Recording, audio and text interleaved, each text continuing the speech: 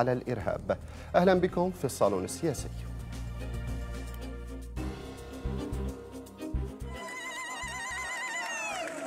إلى مثواه الأخير في مقبرة الباب الصغير وسط دمشق، شيع السوريون جثمان المخرج حاتم علي صاحب التغريبات الثلاث، فهو ابن الجولان السوري المحتل ومخرج مسلسل التغريبة الفلسطينية. أما تغريبته الثالثة فهي بحكم واقع سلطة حاسبت أبناء سوريا حتى على ما يضمرون في صدورهم من موقف تجاه فساد منظومتها. من كان في وداع حاتم علي هم السوريون الذين عرفوه بأعماله، تلك الأعمال التي تابعها العرب من المحيط إلى الخليج وشاهدوا فيها سوريا بعاداتها ولهجاتها، وخلا ذلك التشيع من أي حضور رسمي لرجالات السلطة الذين لطالما تسابقوا إلى عدسات الكاميرا في أصغر مؤتمر حزبي أو حلقة دبكة في انتخابات محلية ونيابية.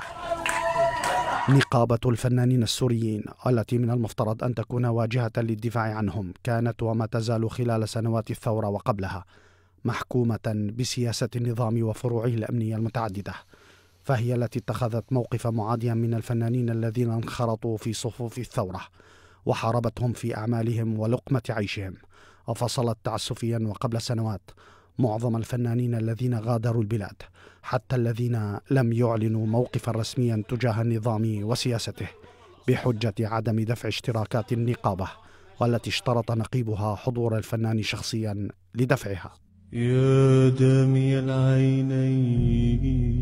عرفت سوريا خلال سنوات الثورة تغييب وجوه فنية عديدة في سجون النظام، كالكاتب عدنان زراعي والفنان زكي كورديلو وابنه مهيار وسواهم، ولم تسعى النقابة للوصول إلى تفاصيل بشأن مصيرهم وهو أبسط مهامها النقابية. تدخلات أمنية واسعة ظهرت في عمل النقابة، برزت في انتخاباتها الأخيرة التي لم تختلف في صيرورتها عن انتخابات الرئاسة في سوريا، فالنقابة صورة مصغرة عن بلاد حكمها الأب والابن بقانون الجمهورية لا الملكية، ودفعت بمبدعيها إلى السجون أو القبور أو المنافي. وكيف نكتب والأقفال في فمنا وكل ثانية يأتيك سفاح. للحديث حول الموضوع أرحب بضيوفي من ستوكهولم الفنانة عزة البحرة، ومن أمستردام في هولندا الفنان والإعلامي الدكتور عبد القادر الملا، ومن باريس الكاتب والمخرج فارس الذهبي. أهلا بكم ضيوفي الأكارم. لعلني أبدأ من عند حضرتك الفنانة القديرة عزة البحرة. حلقة اليوم عن نقابة الفنانين والثغرات التي تعترض عمل النقابة، ولكن قبل الغوص في التفاصيل، شهد الأسبوع الماضي رحيل إحدى أهم المخرجين السوريين الذين وثقوا الذاكرة السورية وآلام السوريين وعكسوا واقعهم أيضا. كلمة منك حول الموضوع في بداية الحلقة. مساء الخير جميعا. بداية عزائنا السدة العرحبي وعمر وغالية وغزل وللشعب السوري. الحقيقة كانت وفاة مخرج حاتم علي كارثة سورية كبيرة كبيرة، عدا عن انه صدمة يعني. لساته بأوج عطائه بمشروعه الأدب الفني والأدبي كان كتير كبير. للأسف غادرنا للأسف. موضوع النقابة يعني هو بصراحة ما كتير بيختلف عن آلية النظام بسوريا بكل أبعاده، يعني بمنظماته بنقاباته يعني هو يعني نحن صرنا 10 سنين طالعين من سوريا، تقريبا 8 سنين أنا صار لي طالعة، بسبب فاشية النظام وديكتاتوريته وشموليته. ومثل ما قلتوا بالمقدمة انه مؤسسات الدولة ونقاباتها ومنظماتها هي جزء من هذا النظام، يعني ما كثير رح تختلف يعني. فأنا يعني رغم فجيعتنا برحيل حاتم علي وخسارتنا الكبيرة، بنفس الوقت بقول أنا إنه الجنازة اللي طلعت له بسوريا الحشد الشعبي اللي صار بكل وسائل أهم شيء أنها التواصل. عفوية وخلت من الحضور الرسمي بين مزدوجين. أقصد هنا عومت، أنا برأيي عومت النظام، يعني همشت كل مؤسسات الدولة وفروع الأمن وكل شيء، وطفى على الوش، طفى موقف الشعب السوري. أنتقل إليك الدكتور عبد القادر ورحب بك مجددا. كيف وجدت نعي النقابة للراحل حاتم علي؟ هل كان بمستوى الحزن الذي أجمع عليه السوريين؟ هل كان بمستوى ما قدمه المخرج السوري حاتم علي؟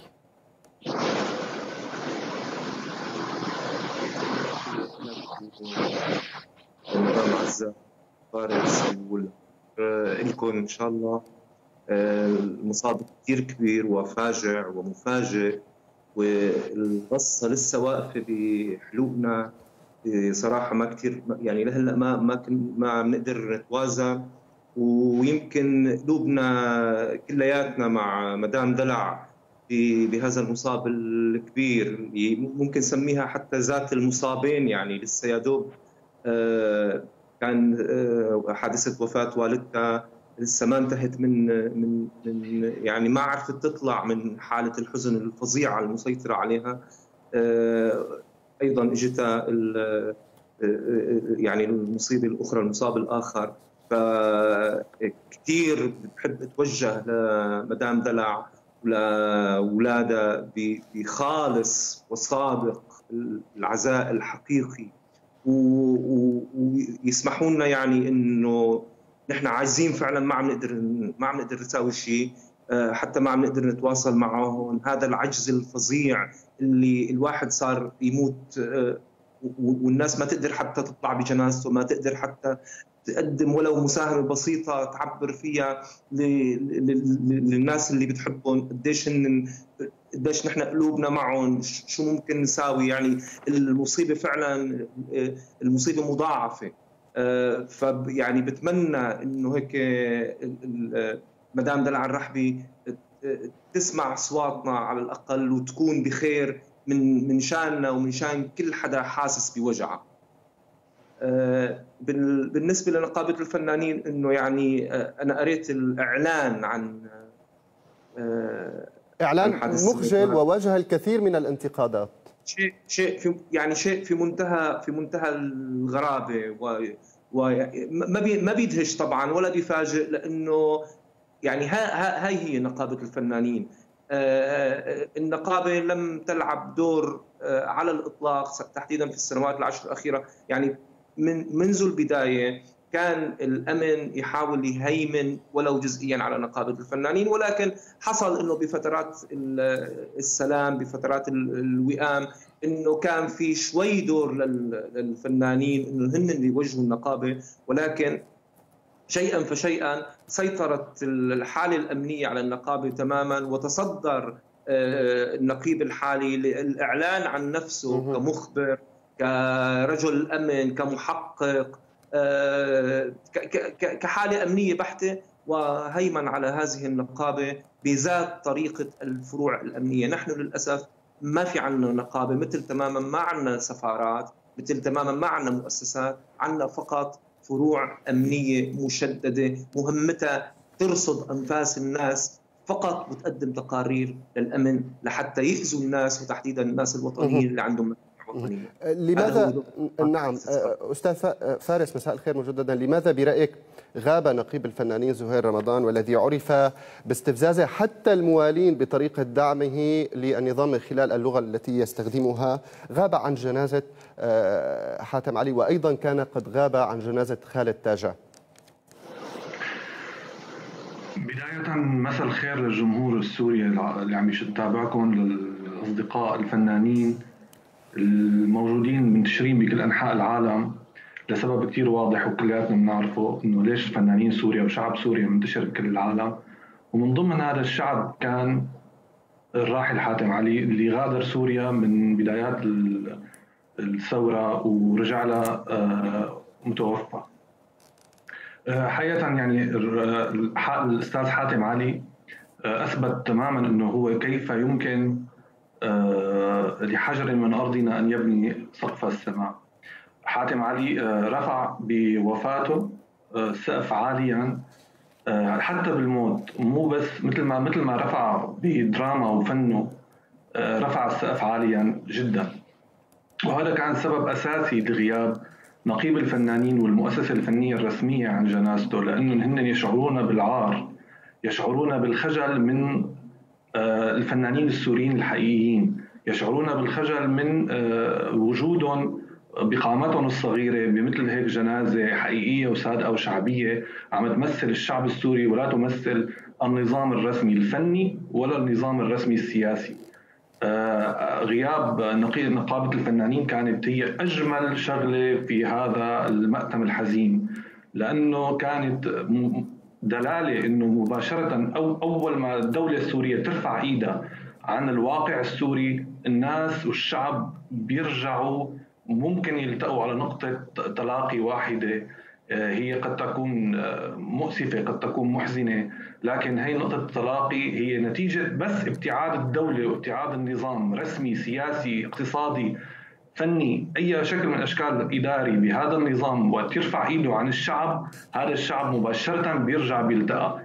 لو كان موجود أي جسم سياسي نقابي بجنازة حاتم علي كنا نتأكد أنه كانت رح تثار الفتن ورح تثار المشاكل ورح تثار العنجهيات والمظاهر الكاذبة ترفع الأعلام وترفع الصور وترفع الشعارات، وبالتالي يفقد المشهد المهيب لجنازة حاتم علي كل معنى له وكل مصداقية له بوجود هاي الأكاذيب. وبالتالي غياب نقابة الفنانين كان عامل جيد جدا، لأنه هي النقابة ساقطة بكل أعضائها، ساقطة بكل معناها، لم تفعل شيئا لهؤلاء الفنانين السوريين على الإطلاق إلا المراقبة وجباية الأموال وتدليس والكذب، وهذا الأمر معروف بالنسبة للجميع.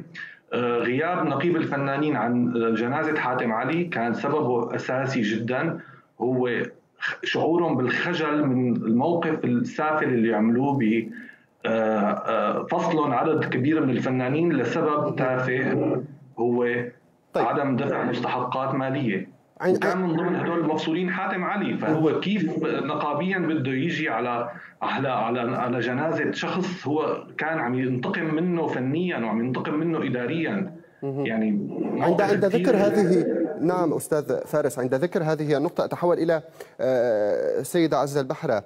ألا تتجاوز نقابة الفنانين التابعة للنظام قوانينها الداخلية، حتى ولو أنه عدنا إلى القديم أكثر من 5 سنوات حينما فصلت أكثر من 200 ممثل وموسيقي عن نقابة الفنانين؟ يعني عندما لا يدفع المنتسب اشتراكه بحسب القوانين هي تجمد عضويته، أم أنها إملاءات أمنية من قبل النظام كونها أصبحت أداة بيد النظام؟ النقابة ما بحاجة لإملاءات أمنية، لأنه هي بحد ذاتها فرع أمني، يعني منتهي الموضوع. لكن هو كان بيقدر مثلا بيلجأ البند الموجود بالنقابة تحديدا، ما بعرف شو رقمه، بس انه هو الناس اللي بتتأخر عن الاشتراكات بيقدروا يجمدوا عضويتهم. لكن عملية الفصل المطلق بحد ذاته هي يعني الموضوع الأساسي الكبير. انفصلت ناس كثيرين، هلا في ناس لهم مواقف سياسية مثلا انفصلوا، وفي ناس تأخروا عن الاشتراكات فقط بسبب انهم هن مغادرين سوريا لاسباب معيشيه، لاسباب امنيه، لاسباب اقتصاديه، لاسباب متعدده. يعني مو ال 200 شخص اللي طلعوا من النقابه هن كانوا لهم موقف معلن وموقف تمام أستاذة عزة، ولكن هذا الموقف من النقابة هل بني على المواقف الواضحة من قبل الفنانين أم حتى على الأعمال التي قدموها والرسائل السياسية المبطنة التي قدموها من خلال أعمالهم كأعمال الراحل حاتم علي الذي صور طريقة الاعتقال الوحشية في سجون النظام؟ قلت لك انه في ناس بناء على مواقفها السياسيه وكان هذا الموضوع واضح جدا، بس وفي ناس لا، يعني بس بصرف النظر انت اذا بدك تتصرف بحسن نيه مفترض انت تجمد عضويه هي الناس، وبعدين هن وقت اللي بيرجعوا، هن وقت اللي بيقرروا، هن تتغير الظروف السياسيه. هو المشكله انه ما في ظرف سياسي بحياته باي مكان في العالم استمر عقود. بعد وقت كله بيروح، فيعني ما عم يتركوا للناس فرصة لتكون القلوب صافية، لتكون القلوب فيها محبة، لحتى يقدروا يرجعوا يتعاملوا. يعني أنت لما بتحط إعلان إنه شرط إنه يلي بده يرجع على سوريا بيقبلوا النظام يرجع، بس بده يقدم الصورة متقطعة الديون ويقول يا أهلي يا ناسي. طيب سيدة عزة، الصورة متقطعة والصوت يصل متقطع، ربما ريثما يتم إصلاح المشكلة سأتحول إلى الدكتور عبد القادر الملا. دكتور عبد القادر، اليوم ما الدور الذي لعبته النقابة أو كيف ساهمت في دعم رواية النظام وفي فرض الإملاءات الأمنية وفرض واقع خصومة أيضا وتخويف للفنانين الذين أبوا أو رفضوا أن يبدوا أي موقف موالي للنظام السوري؟ نعم، يعني أنت ذكرت في المقدمة أنه نقابة الفنانين هي رديفة لحزب البعث الحاكم. يعني أنا بصراحة ما كثير موافق لهذا يعني على هي التسمية. هي أولا ليست رديفة، هي عضو مساهم جدا، وليس لحزب البعث الحاكم، لأنه الحزب البعث لا يحكم، اللي بيحكم هو يعني عصابة ومافيا الأسد تحت ستار حزب البعث. هلا الدور اللي يعني لعبته النقابة كان من البداية واضح جدا انه هو دور امني ولكن بلبوس مدني. تمام؟ يعني بمعنى نحن كلياتنا كنا تحت العين وتحت الانظار وكنا مراقبين، وكانوا حتى بدهم يعرفوا شو توجهنا، شو نوايانا، شو اللي بقلبنا، شو نحن مع رواية النظام ولا لا. وطبعا يعني نحن للاسف الشديد انه في الخطاب الثاني بالاسد او الثالث، ما بعرف، يعني في فتره كثير مبكره قال بما معناه انه اللي مو معنا فهو ضدنا. يعني انت حتى في سوريا ما كان ممكن تكون محايد، ما كان ممكن تكون انه انت يا اخي ما راح تتدخل، انت بدك تضل بشغلك، تضل ببيتك. ما هذا كان غير مسموح. والنقابه لعبت دور الشرطي، دور المخبر، دور رجل المخابرات على كل اعضاء، ومارست ضغوط هائله ليس فقط لجر الى المظاهرات او المسيرات المؤيده للنظام، ولكن لحتى تخترق شو في جواتهم. يعني هذا كان الدور الاساسي اللي كانت عم تلعبه، لحتى تعرف تفرز بقى يعني وصولا للفنانين المتجانسين. يعني هي كمان كان بدها فنانين متجانسين من لحظه البدايه.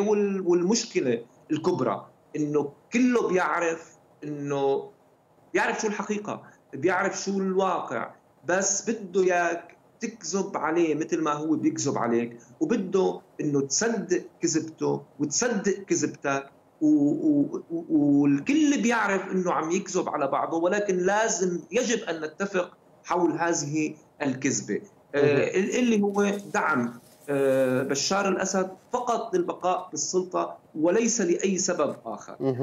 هلا نحن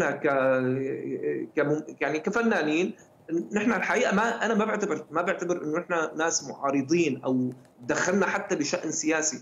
نحن عملنا موقف وطني ما له علاقة بالسياسة على الإطلاق. يعني السياسة لما بيكون في مجموعة من الأحزاب عم تتصارع، بيكون في حتى صراع مسلح بين كتل سياسية معينة، هذا ممكن تعتبره سياسة. أما إنه يكون في دم عم بيسيل بالشوارع وأنت مطالب بأن تكون شاهد زور على الحقيقة وتلبس الضحية صوب المجرم والعكس صحيح، هذا كان المطلوب مننا الحقيقة. فلذلك أنا واحد من الناس اللي على مدار حياتي ما دخلت بالسياسة ولا كان عندي أي طموح للعب أي دور سياسي لما كان صغير، ولكن ما جرى استدعى منك إبداء موقف إنساني وطني أخلاقي يتعلق بما يجري في سوريا ولا يتعلق بالسياسة. ولا أقل.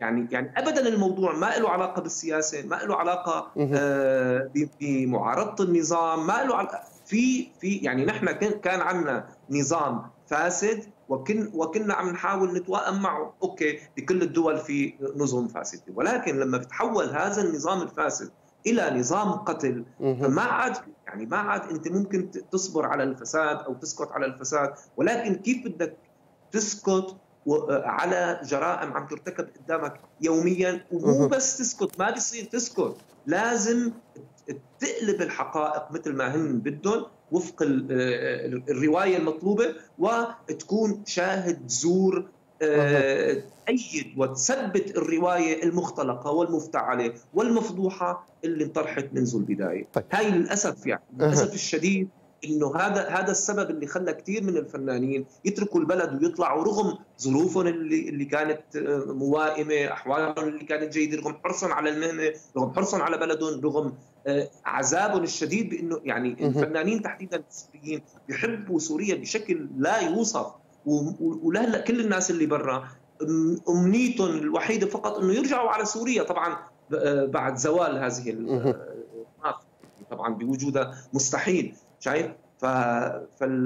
فهي هي المشكله الاساسيه. النقابه كانت بدها تجرنا من بيوتنا، ويعني اوكي يا اخي انا ما بدي، ما بدك بينكتب فيك تقرير للامن مباشره وممكن تصير. إذا التلويح بالعصا الأمنية. لو أردنا الحديث سيد الذهبي عن أوجه العيوب لو جاز التعبير في عمل نقابة الفنانين، عادة النقابات تكون هيئات مجتمع مدني تدافع عن أعضائها، لكن فقط في سوريا النقابة على الفنان وليست مع الفنان أو المنتسب إليها. البعض يصفها بفرع الأمن، فرع المخابرات أو قطعة عسكرية، خصوصا مع الأيام الأخيرة. تفضل. يعني حقيقة السؤال يجب أن يكون معكوسا، يعني ما في أي وجهة إيجابية بعمل نقابة الفنانين بسوريا على الإطلاق، وإنما عملها يتجسد دائما بمراقبة الفنانين، بمضايقة الفنانين، بمضايقة الأعمال الفنية رقابيا، و تصفية الحسابات مع الفنانين اللي بيعارضوا النظام إلى آخره من هذا الكلام. هذا الكلام اللي استمر على مدار 50 سنة الأخيرة، وعلى عكس تماما من عمل النقابات. العمل النقابي الحقيقي هي ممكن نقابة الفنانين تكون عنصر داعم وأساسي لحرية الفن ودعم حرية الفن ورفع سقف الرقابة ومساندة الفنانين في حقهم بأنه يكافحوا من أجل أنه يوصلوا صوتهم لأوسع شريحة ممكنة من الناس. لكن على العكس تماما النقابة بسوريا هي جسم إداري فارغ ما له أي معنى، هدفه بس هو أنه يقتص من الفنانين، مثل اللي صار مع الأستاذ حاتم علي، أنه حتى استكتروا أنه يكون في نعي رسمي ينحط على نعوته، نفس نعوته ورقة النعوة، انه يكون في نعي انه نقابة الفنانين تنعي للشعب السوري، او التلفزيون السوري ينعي للشعب السوري. حتى هي استكتروها انه تكون يعني الكلمة استكتروها على راحل بتتشرف في نقابة الفنانين والفنانين السوريين عموما. النقابة يعني الشيء الغريب دائما انه الافراد بسوريا هن اكبر واهم من التجمعات الاداريه. يعني مثل ما هو الشعب السوري اهم من الدوله السوريه حقيقه، العقليه اي فرد سوري وين ما كان بكل انحاء العالم، حتى بالشام او بحلب وحمص وحما وادلب، هي اهم من عقليه الدوله السوريه. دائما المواطن السوري بيشتكي من فساد الدوله وبيروقراطيتها وغبائها. نفس الشيء الفنان السوري اكبر بكثير من الجسم الاداري اللي هو اسمه نقابه الفنانين، أكبر منها فنيا وأكبر منها روحيا وأكبر منها بيستوعبها. يعني دائما مطلوب من الأفراد الفنانين أنه يكونوا عم يسايروا سخافات النقابيين ومجلس النقابة اللي بيدعوا طبعا الديمقراطية، واللي بيدعوا أنه صار في انتخابات حقيقية لانتخابهم وتوليهم على نقابة هي المهنة.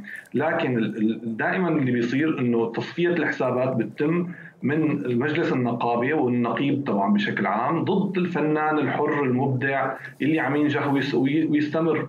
وهون لازم نحكي شغله بحق حاتم علي، انه حاتم علي هو الفنان من الفنانين القلال بسوريا اللي هو اشتغل تماما بعيدا عن النظام، واشتغل تماما بمعزل عن الفن الرسمي السوري، وانما اشتغل دائما هو مع القطاع الخاص، وبنى مجده حقيقه شوي شوي مع القطاع الخاص بعيدا عن التلفزيون السوري ومؤسسه الانتاج السوريه الى اخره. ومع ذلك كان يدفع رسوم هائله. جميع الفنانين السوريين بيعرفوا انه شركات الانتاج الخاصه والفنانين السوريين بيدفعوا رسوم هائله للنقابه. هاي الرسوم الهائله بتروح لجيوب مين ما حدا بيعرف، بتروح على مين بتنصرف كمان ما حدا بيعرف. هاي المصاريف الهائله اللي بتندفع لنقابه الفنانين ما حدا بيدرك وين بتروح. يعني هي مفروض تطلع بالمكان اللي وقت يرحل اي فنان تكون تقاعد، تكون لمجلس عزائه، تساعد يعني فساد على عينك يا تاجر. ولربما الانتخابات الأخيرة كانت خير دليل على ذلك. بعجالة قبل الذهاب إلى فاصل أستاذ فارس، الانتخابات في نقابة الفنانين التي وصفت بالمسرحية بكل تأكيد هي مسرحية، بكل تأكيد لا يمكن أن تكون تمثل مصداقية حقيقة للفنانين السوريين، لأنه كل ما يوجد وما يمر في نقابة الفنانين هو تدليس بتدليس بكذب، مرآة لما يجري في الدولة السورية. يعني هذا الشبل من هذا الأسد، هاي النقابة من هاي الدولة، نقطة وانتهى. إذن نذهب إلى فاصل قصير ومن ثم نعود إليكم مشاهدينا، ابقوا معنا.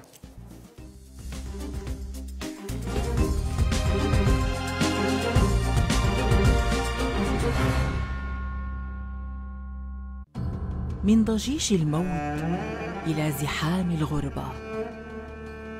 وقت كانت سوريا بحاجتنا نحن كنا موجودين. حسيت شوي بغربة لأنه مش هي المدينة اللي عشت فيها أنا وعائلتي. قلت لهم أنا بغازي عنتاب بشمها وحلب. يطيرون بعيدا عن غبار الحرب. إبراهيم هو الإنسان اللي ممكن يكون قدوة للكل. Biz taş doktoru diyoruz. Gerçekten bir hocalık vasfı var. He's just very special. He's very gifted. باحثين عن ضرورة الحياة في أماكن أخرى. المكان الموجود فيه موجودة فيه سوريا.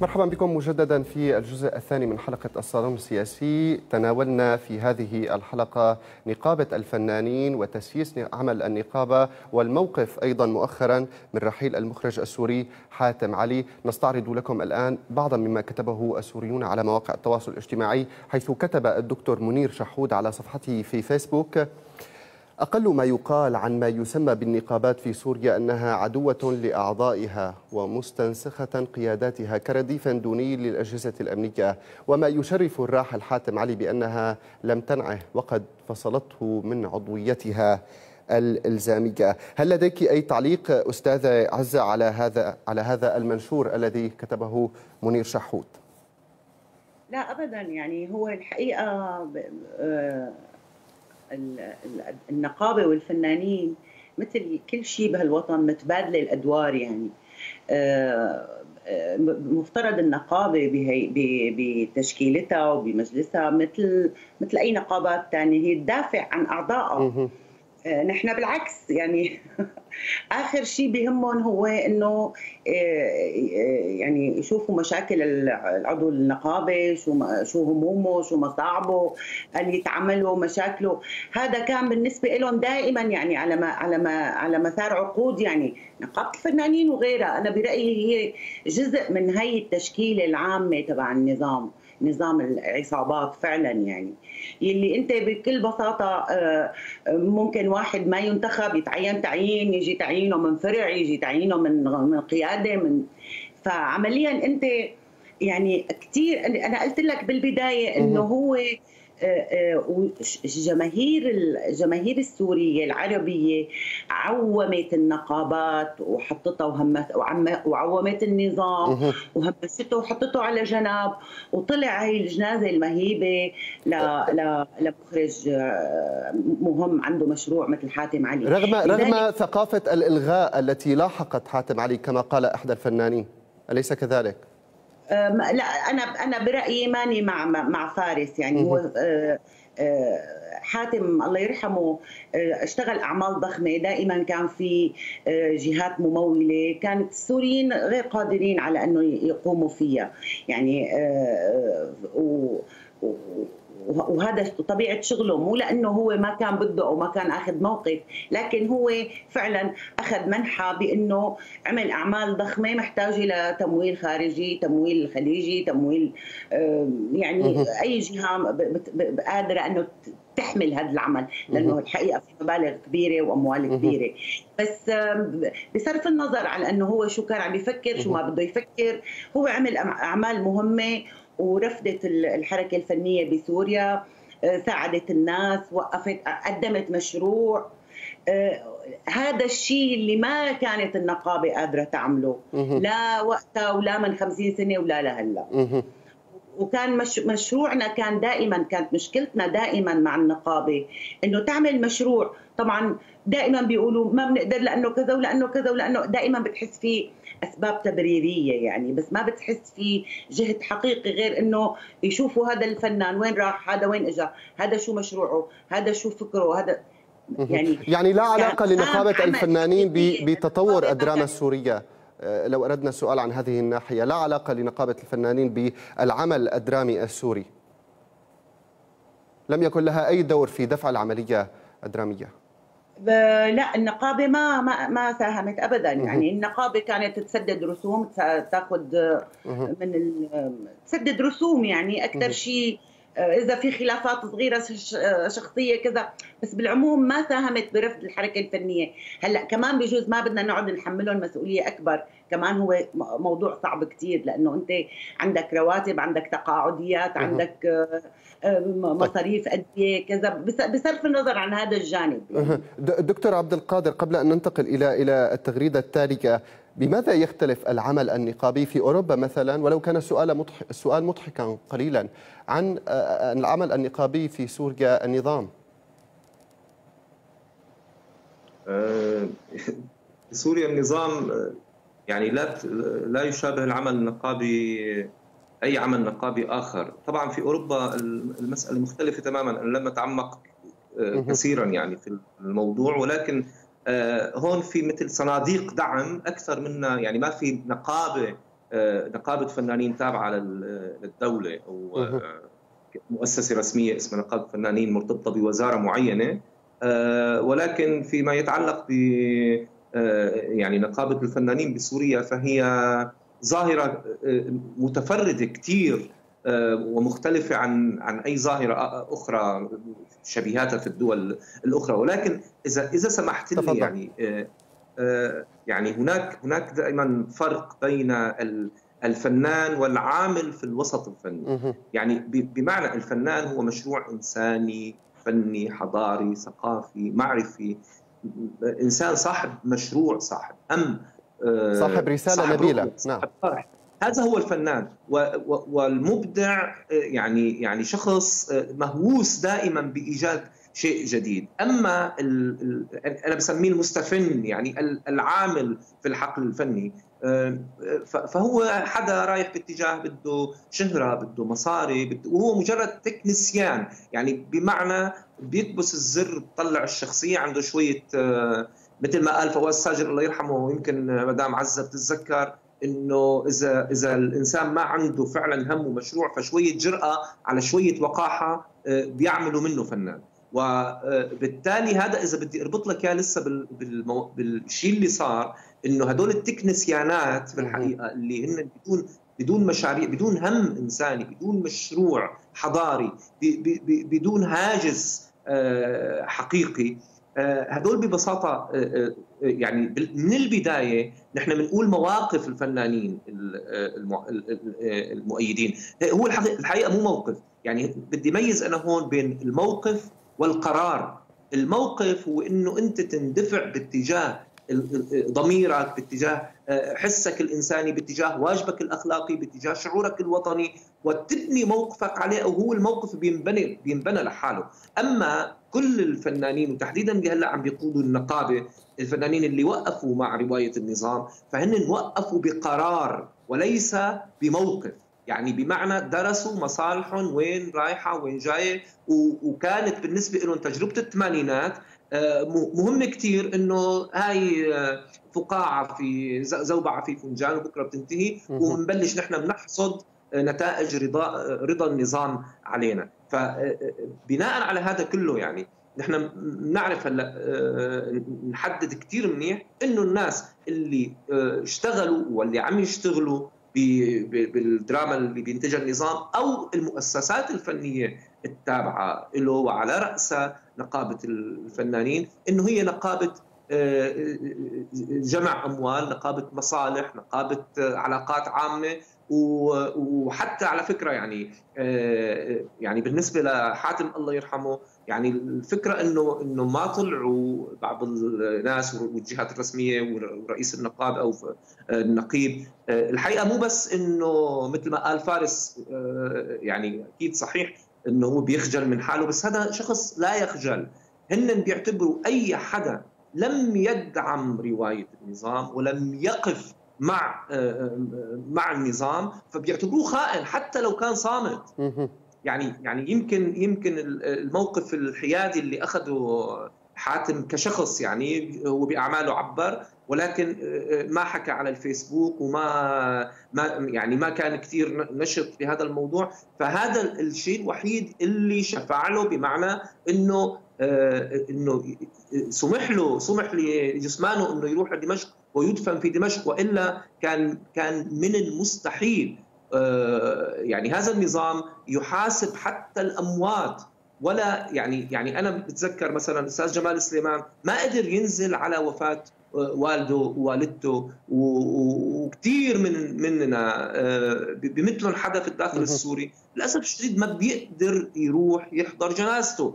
يعني اي قسوه هذه واي جبروت واي عنف واي همجيه، انه الانسان اللي يعني بيتمنى انه يموت ببلده. طيب يعني ما صح لنا نموت ببلدنا، فعلى الاقل اذا متنا حدا نروح على الاقل يعني اي همجيه في التاريخ وصل لها هذا النظام بحيث انه الانسان لا يتجرأ انه يروح بمناسبه موت، مثل نحن تماما اللي هلا راقبنا الجنازه من بعيد، وكنا يعني اكيد كلياتنا عم نتقطع لانه هذا حدث كان من المفروض كثير انه نكون موجودين فيه.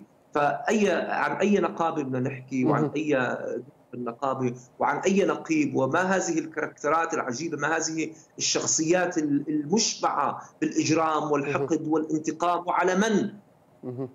على الزملاء اللي هن بيعرفوا تماما انه نحن ولطالما كرر مقوله انا مرتبط بالقياده ومعين من القياده، يعني هو نفس الاسلوب، اسلوب التشبيح بين قوسين او بين هلالين كما يصفه السوريين. لكن دعنا ان نقرا ما كتبه قصي تيزيني وهو نجل الراحل الدكتور طيب تيزيني. يقول: شكرا للإعلام السوري لعدم كونهم جزءا من تشييع المبدع الراحل حاتم علي.